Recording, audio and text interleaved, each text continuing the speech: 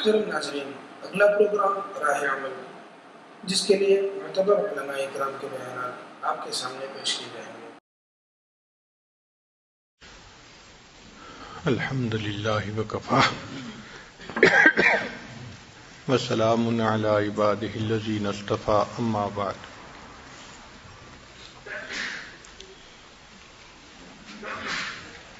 یہ دنیا امتحان گاہ ہے۔ اللہ تعالیٰ اپنے بندوں پہ مختلف حالات بھیج کر ان کو آزماتے ہیں، کبھی خوشی دے کے آزماتے ہیں، کبھی غم دے کے آزماتے ہیں، کبھی صحت، کبھی بیماری۔ تو خوشی، غمی، صحت، بیماری، نفع، نقصان، یہ 6 ایسے حالات ہیں کہ ان میں سے کوئی نہ کوئی حال بندے کے اوپر ضرور ہوتا ہے، مگر یہ سب آزمائش ہیں۔ اللہ تعالیٰ خوشی دیتے ہیں آزمانے کے لیے، کیا یہ میرا بندہ شکر ادا کرتا ہے یا نہیں کرتا۔ اللہ تعالیٰ غم دیتے ہیں آزمانے کے لیے کہ یہ بندہ صبر کرتا ہے یا نہیں کرتا۔ لیکن یہ آزمائش کی جگہ ہے۔ اللہ تعالیٰ نے فیصلہ فرما دیا، وَلَنَبْلُوَنَّكُمْ، اور ہم ضرور بھی ضرور تمہیں آزمائیں گے۔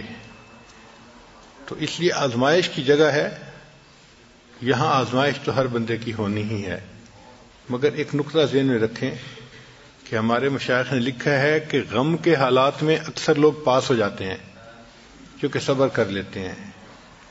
عوام الناس بھی کہہ دیتے ہیں اللہ کی مرضی، جوان لڑکی تھی، خاوند فوت ہو گیا، اب اس سے بڑا غم اس کے لیے کیا ہو سکتا ہے؟ لیکن اس سے پوچھیں تو آگے سے جواب دے گی جو اللہ کی مرضی۔ اس کا مطلب وہ کامیاب ہو گئی کہ اس نے اللہ کی رضا پہ اپنے آپ کو راضی کر لیا۔ لیکن جو خوشی کے حالات ہیں ان میں اکثر لوگ فیل ہو جاتے ہیں کہ خوشی میں شکر ادا کرنا ان کو یاد نہیں رہتا۔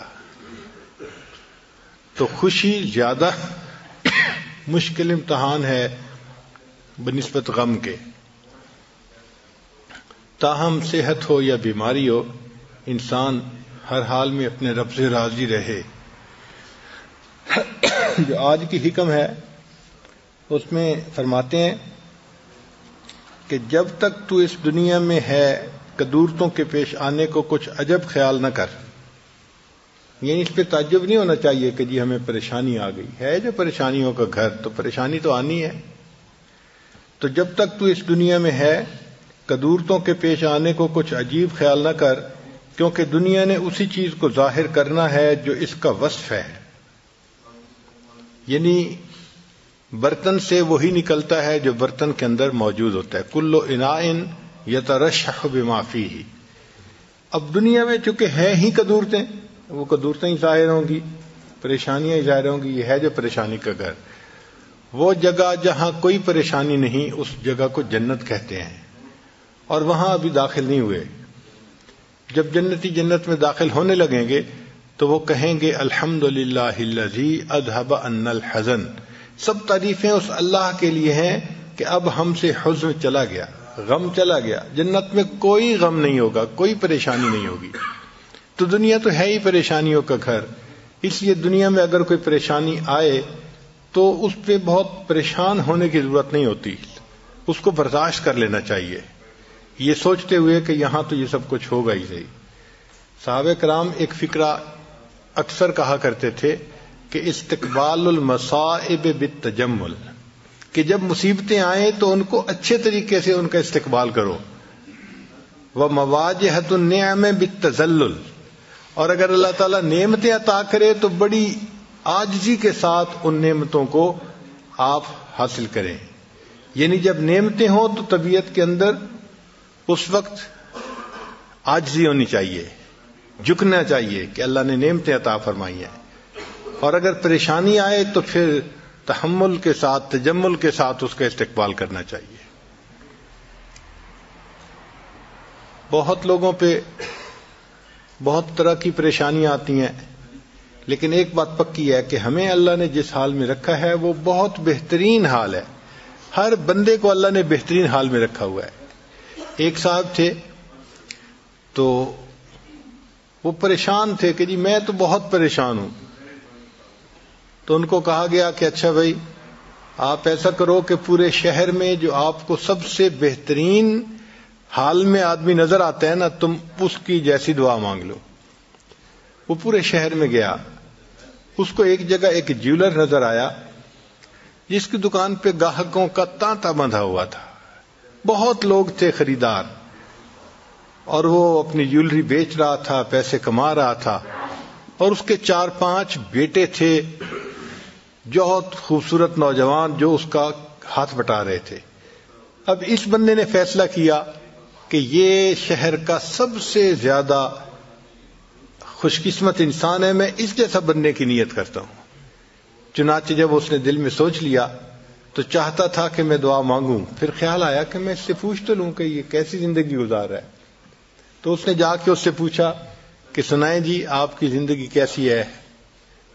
اس نے کہا کہ خدا کا واسطہ یہ کبھی دعا نہ کرنا کہ میرے جیسا بری قسمت والا انسان دنیا میں کوئی نہیں ہوگا۔ میں نے پوچھا کہ بھئی آپ کی بری قسمت کیا؟ اتنا آپ کے پاس مال ہے، پیسہ ہے، عزت ہے لوگوں کی نظر میں، اتنا بڑا مکان ہے اور ہر چیز کی آپ کے پاس سہولت ہے، تو آپ کہتے ہیں کہ میرے جیسا بدقسمت کوئی نہیں ہوگا؟ اس نے کہا ہاں، جو میرے ساتھ گزر رہی ہے وہ میں نہیں بتا سکتا۔ اس نے کہا پھر بھی بتا کیا ہوا؟ اس نے کہا کہ میں تھوڑا کام کرتا تھا، کام اتنا زیادہ شروع میں نہیں تھا، تو ایک موقع پہ بیمار ہو گیا۔ اب جب بیمار ہو گیا تو نہیں، میرا کام اچھا چل رہا تھا، ایک موقع پہ میری بیوی بیمار ہو گئی۔ اب جب وہ زیادہ بیمار ہوئی تو میں اس کے پاس اس کی عیادت کے لیے بیٹھا ہوا تھا اور میں اس سے محبت کی باتیں کر رہا تھا کہ مجھے آپ سے اتنی محبت ہے اور اتنی ہے۔ وہ خوبصورت تھی، اچھی شکل کی تھی۔ اس دوران اس نے مجھے کہا کہ ہاں میں تو اب مر رہی ہوں، تو میں جیسے ہی مروں گی تو دوسری شادی کرے گا اور تو اپنی زندگی گزارے گا، مجھ سے تمہیں کیا ہے؟ کہتے ہیں کہ میں نے اسے کہا کہ نہیں، میں تمہارے بعد دوسری شادی نہیں کروں گا۔ تو اس نے کہا کہ اچھا میرے بعد دوسری شادی نہیں کرو گے، اس کی کوئی مجھے کوئی ثبوت پیش کرو۔ کہتے ہیں کہ اس کی محبت میں اس قدر گرفتار تھا کہ ہمارے قریب کوئی حکیم رہتا تھا، تو میں نے اس سے جا کے کہا کہ بھئی مجھے کوئی ایسی دوائی کھانی ہے کہ جس کے بعد میرے اندر عورت کی جو طلب ہے وہ ہی ختم ہو جائے، شہوت ہی ختم ہو جائے۔ تو اس نے مجھے ایک دوائی دے دی اور میں نے اس بیوی کو دکھا کے وہ دوائی کھا لی۔ اس کو کھانے کے بعد میں نامرد ہو گیا، مگر اللہ کو منظور تھا، بیوی صحت مند ہو گئی۔ اب جب کچھ عرصہ وہ صحت مند رہی تو اس نے مجھ سے مطالبہ شروع کر دیا کہ بھئی تم میرے خاوند ہو تو میری ضرورت کو پورا کرو۔ اب میں ضرورت پورا کرنے کے قابل نہیں تھا، تو وہ پھر اس کے اندر بغاوت آ گئی، وہ دین سے بھی دور ہو گئی اور اس نے ادھر ادھر حرام کے تعلقات پیدا کر لیے۔ تو کہتے ہیں کہ یہ جو 5 بیٹے تمہیں نظر آ رہے ہیں یہ میرے نہیں ہیں، یہ میری بیوی کے ہیں، مگر ہیں غیر مردوں سے۔ اب میں جب ان 5 کی شکلیں آنکھوں سے دیکھتا ہوں نا روزانہ بیٹھ کے، تو جو میرے دل پہ گزرتی ہے تم اس کی تکلیف کا اندازہ نہیں لگا سکتے۔ تو کبھی دعا نہ کرنا کہ تم میرے جیسے بن جاؤ، اللہ تمہاری قسمت اچھی کرے، میرے جیسی نہ کرے۔ تو دیکھو اس بندے نے اپنی طرف سے سمجھا تھا کہ یہ سب سے دنیا شہر کا خوش قسمت انسان ہے، اور اس کو کیا پتا تھا کہ اس انسان کے ساتھ کیا بیت رہی ہے، اس کے دل پہ کیا دکھ ہے، کیا غم ہے۔ تو ہر بندہ سمجھتا ہے کہ جی بس میں بہت دکھی ہوں، دوسرے تو سب اچھے ہیں۔ نہیں، ہر ایک کی اپنی زندگی ہوتی ہے۔ بس اللہ سے یہ دعا مانگو کہ اللہ نے ہمیں جس حال میں رکھا ہے، اللہ ہمیں صبر کی توفیق عطا فرمائے، شکر کی توفیق عطا فرمائے۔ اللہ نے ہمیں بہترین حال میں رکھا ہوا ہے۔ سچی بات تو یہ ہے کہ ہم نے تو دنیا کے اندر آ کے غم کو دیکھا ہی نہیں ہے۔ سچی بات کروں نا تو ہم نے تو غم کو دیکھا ہی نہیں ہے۔ یہ چھوٹی موٹی چیزیں یہ کیا ہوتی ہیں، اس کو غم تھوڑا کہتے ہیں۔ جو دنیا میں لوگوں پہ غم بیتے ہیں، اگر کبھی اس کی سٹوریاں سننے لگیں تو حیران ہی ہو جائیں۔ کتابوں میں واقعہ لکھا ہے کہ ایک عورت تھی، طواف کر رہی تھی اور طواف کے دوران کہتی تھی اللہ میں اس حال میں بھی آپ سے راضی، اے اللہ میں اس حال میں بھی آپ سے راضی۔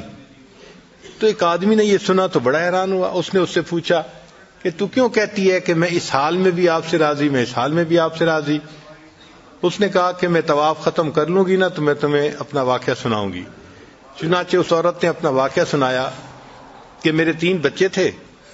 میں گھر کے اندر ایک دن تنور پہ روٹیاں پکا رہی تھی تو میرے بڑے 2 بچے جو تھے وہ گھر میں کھیل رہے تھے کمرے میں.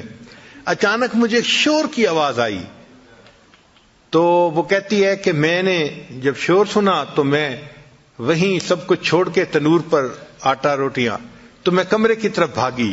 جب کمرے گئی تو میں نے ایک عجیب تماشا دیکھا کہ اس سے 1-2 دن پہلے میرے خاوند نے گھر میں بکری کو ذبح کیا تھا اور جس چھری سے بکری کو ذبح کیا تھا وہ اس نے کمرے میں رکھی تھی. تو میرے دونوں بچے کھیلتے کھیلتے ان میں سے ایک نے دوسرے کو کہا کہ تمہیں پتہ ہے کہ ابو نے بکری کو کیسے ذبح کیا تھا؟ تو دوسرا کہتا ہے مجھے تو نہیں پتا. وہ کہتے ہیں اچھا آؤ میں تمہیں بتاتا ہوں کہ کیسے ابو نے ذبح کیا تھا. تو میرا درمیان والا بیٹا جو تھا وہ زمین پر لیٹ گیا اور بڑے لڑکے نے اس چھری کو اٹھا لیا. اب وہ چھوٹا بچہ تھا اور اس کو پتہ نہیں تھا کہ چھری کتنی تیز ہے. چنانچہ اس نے اس کے گلے پہ جو چھری چلائی تو گلا تو فوراً کٹ گیا اور خون کا فوارہ چھوٹنے لگا. اب جب خون نکلا تو شور ہوا اور میں بھاگی ہوئی آئی تو میں نے دیکھا کہ میرا بچہ خون میں لت پت پڑا تھا اور اس کی جان نکل چکی تھی. اب میں نے سوچا کہ میرا بڑا بیٹا کہاں ہے جس نے یہ حرکت کی تھی؟ وہ ڈر کے بھاگ گیا تھا اور کہیں چھپ گیا تھا. کہنے لگی میں نے اسے دوسرے کمروں میں دیکھا تو کہیں نظر نہیں آیا. جب صحن میں آئی تو وہاں میں نے تنور کے لیے کچھ لکڑیاں رکھی ہوئی تھیں, ان لکڑیوں کے پیچھے وہ جا کے چھپا تھا. کہنے لگی میں نے پیچھے سے اس کو جا کے جب دیکھا تو اس نے مجھے کوئی جواب نہیں دیا. جب میں قریب گئی تو مجھے پتا چلا کہ اس جگہ کے اوپر ایک سانپ بیٹھا ہوا تھا. یہ بچہ چھپنے کے لیے جب لکڑیوں کے پیچھے گیا سانپ نے اس کو ڈسا اور یہ بھی وہاں مرا پڑا تھا. کہتے میں اس کی لاش اٹھا کے لائی, ایک بچے کو ایک چارپائی پہ لٹایا اور دوسرے بچے کو دوسرے چارپائی پہ لٹایا. پھر اس کے بعد میں نے فیل کیا کہ میرا تیسرا چھوٹا بیٹا جو کرالنگ کرتا تھا, رینگتا تھا, وہ کہاں ہے؟ وہ مجھے نظر نہیں آ رہا تھا.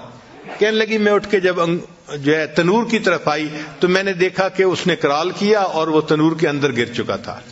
تو میں نے اپنے زندہ بیٹے کو آگ کے اندر پورا جلتا ہوا دیکھا اور وہ بھی فوت ہو گیا تھا.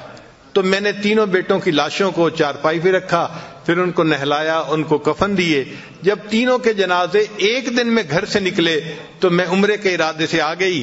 اب میں طواف کر رہی ہوں اور اپنے اللہ کو کہہ رہی ہوں اے اللہ میں اس حال میں بھی آپ سے راضی ہوں.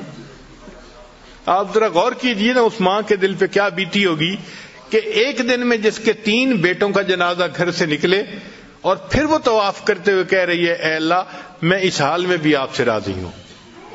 تو ہم نے کہاں غم دیکھے ہیں, کہاں تکلیفیں دیکھی ہیں؟ ہم نے نہیں دیکھی. ہمیں تو اللہ نے بہت سہولت کی زندگی دی ہے, بہت آسانیوں کی زندگی دی ہے. ہم تو جتنا شکر ادا کریں اتنا کم بنتا ہے. چنانچہ بہادر شاہ ظفر آخری مغل بادشاہ تھا.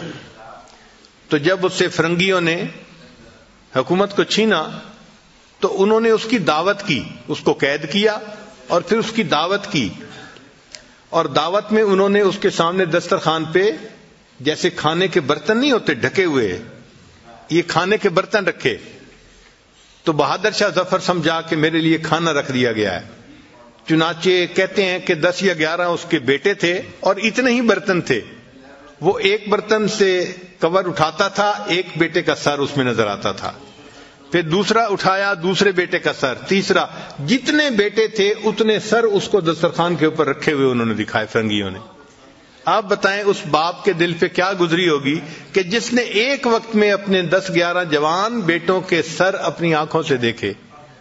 اسی پر تو اس نے اشعار لکھے تھے, نہ کسی کی آنکھ کا نور ہوں نہ کسی کے دل کا قرار ہوں, جو کسی کے کام نہ آ سکے میں وہ ایک مشت غبار ہوں.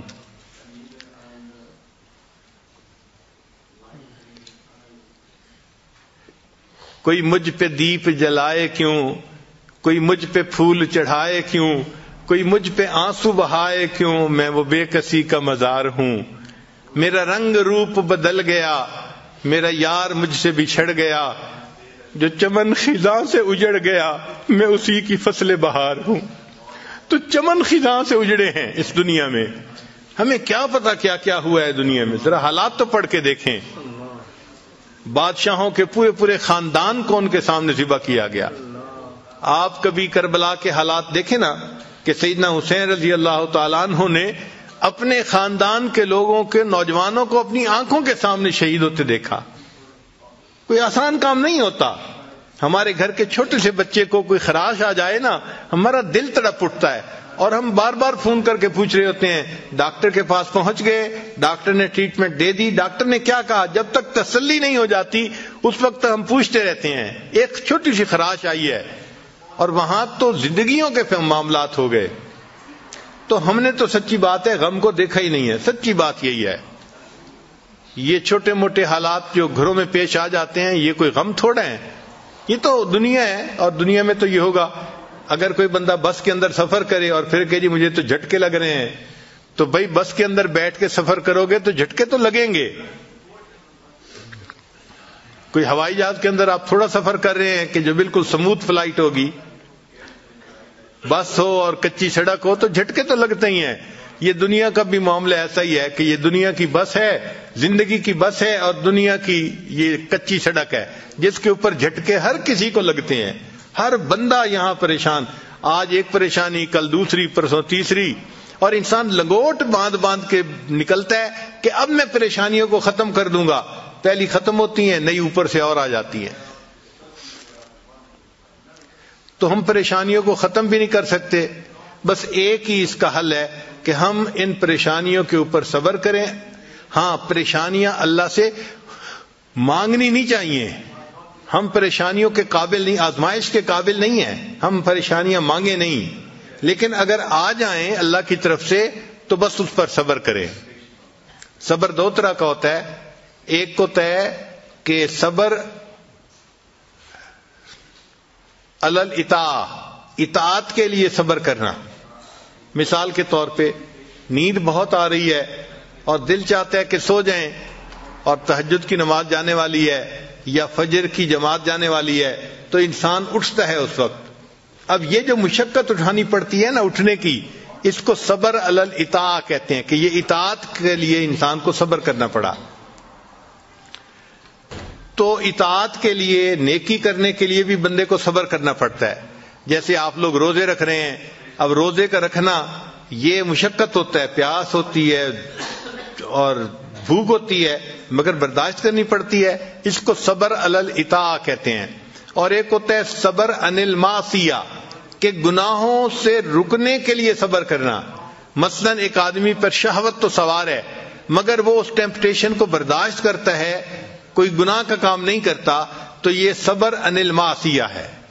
جیسے سیدنا یوسف علیہ السلام کو زلیخا نے کہا تھا قالت ہی تلک قال معاذ اللہ, انہوں نے کہا تھا میں اللہ کی پناہ مانگتا ہوں, میں یہ گناہ نہیں کر سکتا. تو یہ دو طرح کا صبر ہے جو بندے کو کرنا پڑتا ہے. نیکی کرنے کے لیے صبر کرنا پڑتا ہے اور گناہوں سے بچنے کے لیے صبر کرنا پڑتا ہے. لیکن یہ جو صبر کرنے والے ہیں ان کو اللہ کی طرف سے بہترین اجر ملے گا. ہر عمل کے اجر کا کوئی نہ کوئی حد ہے, لیکن صبر والے کے اجر کی کوئی انتہا نہیں ہے. اللہ فرماتے ہیں انما یوفی الصابرون اجرہم بغیر حساب, ان کو اللہ تعالیٰ بغیر حساب کے اجر عطا فرمائیں گے. اتنا اجر دیں گے کہ وہ لوگ بس بس کریں گے, ان کو اتنا راضی کریں گے. اس لیے جنتی جب جنت میں داخل ہوں گے تو فرشتے چاروں طرف سے ان کا استقبال کرنے کے لیے آئیں گے. والملائکۃ یدخلون علیہم من کل باب سلام علیکم بما صبرتم, وہ کہیں گے اور تم پر سلامتی ہو, تم نے دنیا کے اندر صبر کیا, گناہوں سے بچنے کے لیے بھی صبر کیا, نیکی کرنے کے لیے بھی صبر کیا. بما صبرتم فنعم عقبی الدار, تو سلامتی ہو سلامتی ہو, ان کو فرشتے کہیں گے. ہم اپنی زبان میں اس کا ترجمہ کریں نا تو سلام علیکم کا ترجمہ بنے گا اور تمہاری اور تمہیں مبارک ہو, تمہیں شاباش ہو. سلام علیکم کا ترجمہ بنے گا اور تمہیں شاباش ہو, تم سلامت رہو. ہم نہیں کہتے اے بچے جیتے رہو, تو جیسے ہم کہتے ہیں نا کسی کو جیتے رہو تمہیں شاباش ہو، تو سلام علیکم کا بالکل یہی معنی ہے.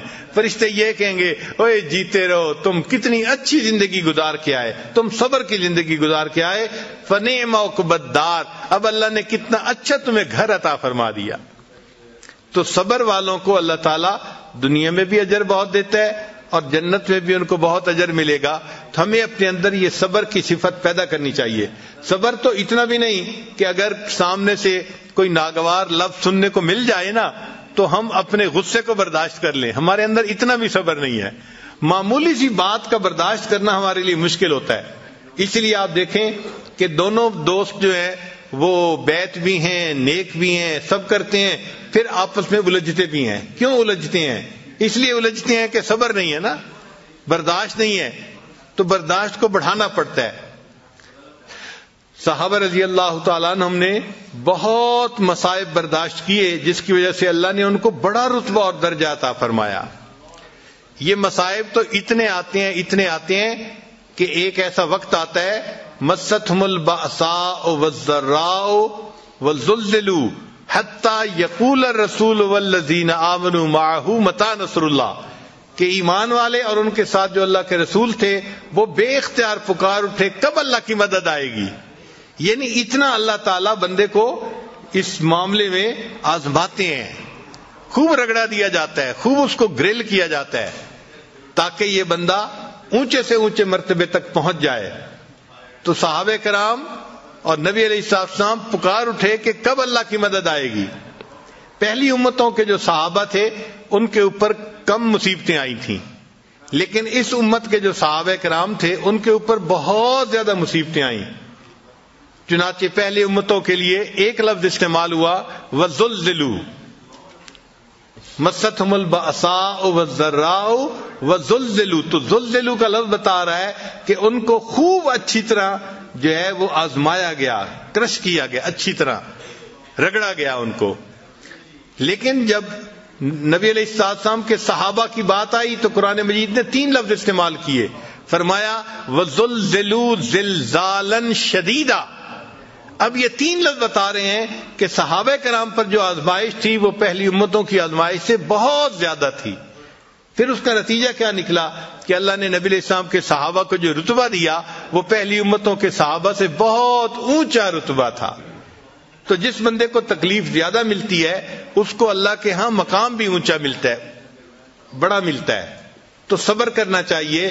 بے صبری سے انسان اپنے اجر کو گنوا لیتا ہے.